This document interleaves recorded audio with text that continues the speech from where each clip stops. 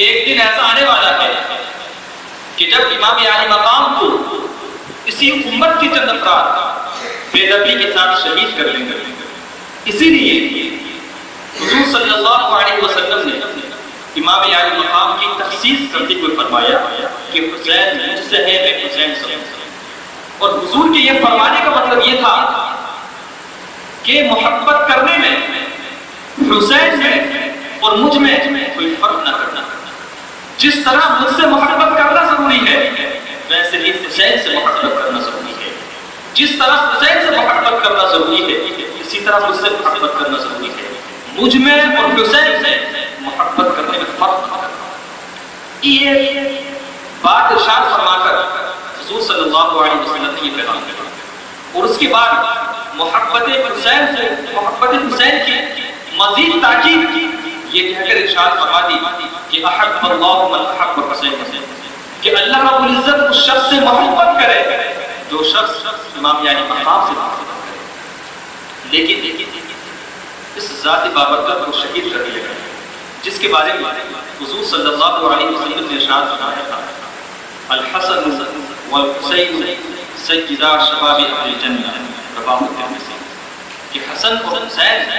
جنت کے جوانوں کے سردار ہیں۔ اس حسین سے کربلا کے تختے ہوئے اگزار کا شہید کر دیا گیا۔ بہت سارے لوگ کہتے ہیں کہ امام عالی مقام یزید کے خلاف کھڑے ہو کر جہاد کیا۔ یزید ایک منتخب خلیفہ تھا، اس کے خلاف نہیں کھڑا ہونا چاہتا۔ ان لوگوں کے اس اعتراض کے لیے جواب دیا جا سکتا ہے، لیکن سردست صرف ایک بات آپ کی خدمت میں پیش کرنا چاہتا ہوں۔ ڈاکٹر اقبال نے حضرت اسماعیل علیہ السلام کے تعلق سے فرمایا ہے یہ فیضان نظر تھا کہ مکتب کی کرامت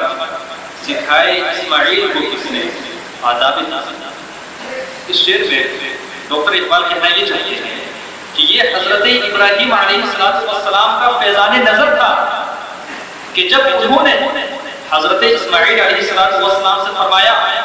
کہ اللہ رب العزت کا حکم ہے کہ میں تم کو راہ خدا میں قربان کروں، تو حضرت اسماعیل علیہ السلام نے بغیر کسی تردد کے، بغیر کسی پس و پیش کے، بغیر کسی تأمل کے اپنے والد صاحب کی بات کو مان لیا، سراپا اطاعت بن گئے، سراپا فرما برداری بن گئے۔ ڈاکٹر اقبال فرماتے ہیں کہ ان کا سراپا فرما برداری بن جانا،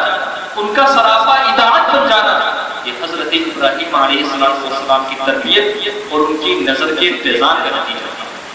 مجھے کہہ لینے دیا جائے کہ جب حضرت ابراہیم علیہ السلام کی تربیت کا عالم یہ ہے کہ حضرت اسماعیل علیہ السلام سراپا اطاعت بن گئے، سراپا فرما برداری بن گئے، اللہ کے احکام کے سامنے سرنجو ہونے والے بن گئے، تو جس ذات بابرکت کی تربیت حضور نبی کریم صلی اللہ علیہ وسلم نے فرمائی ہو، جس ذات کی تربیت سید الانبیاء نے فرمائی ہو، کہ اس ذات کے بارے میں یہ تصور کیا جا سکتا ہے کہ وہ ذات یزید کے خلاف کھڑے ہو کر کے دین کے خلاف گئی تھی یا اس نے دین کے کسی تقاضے کے خلاف عمل کیا تھا؟ ہرگز نہیں۔ حضور حضرت امام عالی مقام پر اعتراض کرنا در حقیقت حضور کی فیضان نظر پر اعتراض کرنا ہے، امام عالی مقام پر اعتراض کرنا حضور کی تربیت پر اعتراض کرنا ہے، امام عالی مقام پر اعتراض کرنا حضرت علی رضی اللہ تعالیٰ عنہ پر اعتراض کرنا ہے۔ کیونکہ امام عالی مقام جن کی صحبتوں میں رہے ہیں، جن کی تربیتوں میں رہے ہیں، یہ ایسے لوگ نہیں تھے کہ حکومت کی خواہش کے لیے، حکومت کے لالچ کی وجہ سے یزید کے خلاف کھڑے ہو گئے، بلکہ امام عالی مقام کا یزید کے خلاف کھڑے ہونا اس کے ظلم کی بنیاد پر تھا، اس کے فسق و فجور کی بنیاد پر تھا۔ امام عالی مقام جانتے تھے کہ جو حکومت حضور صلی اللہ علیہ وسلم چلایا کرتے تھے، جو حکومت خلفائے راشدین چلایا کرتے تھے، اب یہ حکومت، یہ اسلامی نظام ایک فاسق و فاجر کے ہاتھ میں آ گیا ہے، جو فاسق و فاجر اس نظامی حکومت کو اس طرز پر نہیں چلا سکتا کہ جس طرز پر چلایا جانا چاہیے تھا۔ چنانچہ امام عالی مقام نے حسب استطاعت اس ظالم کو روکنے کی کوشش کی اور اس کے خلاف کھڑے ہوئے۔ سانحہ کربلا کا جب ہم جائزہ لیتے ہیں تو اس واقعے میں 3 کردار نظر آتے ہیں۔ پہلا کردار حسینیت کا کردار ہے، دوسرا کردار یزیدیت کا کردار ہے، اور تیسرا کردار کوفیت کا کردار ہے۔ حسینیت کا کردار یہ ہے کہ اگر ظالم کو ظلم کرتا ہوا دیکھو، اگر اسلامی شعائر و احکام کو پامال ہوتے ہوئے دیکھو، اگر اللہ رب العزت کے دین کو مسخ ہوتا ہوا دیکھو، تو ایسے لوگوں کے خلاف کھڑے ہو جاؤ، اسلام کی سربلندی کے لیے، دین کی سربلندی کے لیے، اسلام کی بقا و تحفظ کے لیے کھڑے ہو جاؤ، ظالم کے ظلم کو روکنے کے لیے کھڑے ہو جاؤ۔ یہ حسین کا کردار ہے۔ اس کے برخلاف یزیدیت کا کردار یہ ہے کہ دین کے احکام کو پامال کرو، اسلام کے شائع کو پامال کرو، فسق و فجور میں مبتلا ہو جاؤ، یہ یزیدیت کا کردار ہے۔ اور اس کے ساتھ تیسرا کردار کوفیت کا کردار ہے۔ آپ جانتے ہیں کہ اہل کوفہ نے حضرت امام علی مقام کو بلایا، خطوط پر خطوط لکھے اور ان کو کوفہ آنے کی دعوت دی،